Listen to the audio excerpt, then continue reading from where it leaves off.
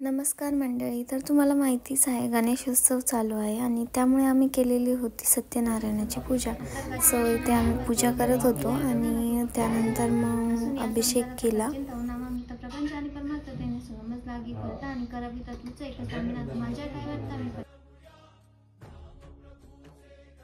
हे तुम्ही बघू शकता सत्यनारायणाची पूजा मांडलेली आहे आणि पूजा झाल्यावरती सत्यनारायणाची कथा वाचली. त्यानंतर मग सगळ्यांनी मिळून आम्ही आरती केलेली आहे.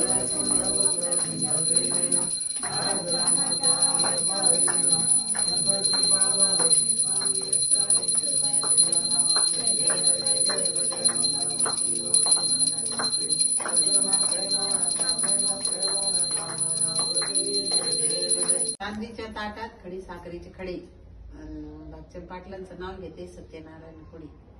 कसं वाटलं मम्मीने घेतलेलं नाव हे कमेंटमध्ये नक्की सांगा.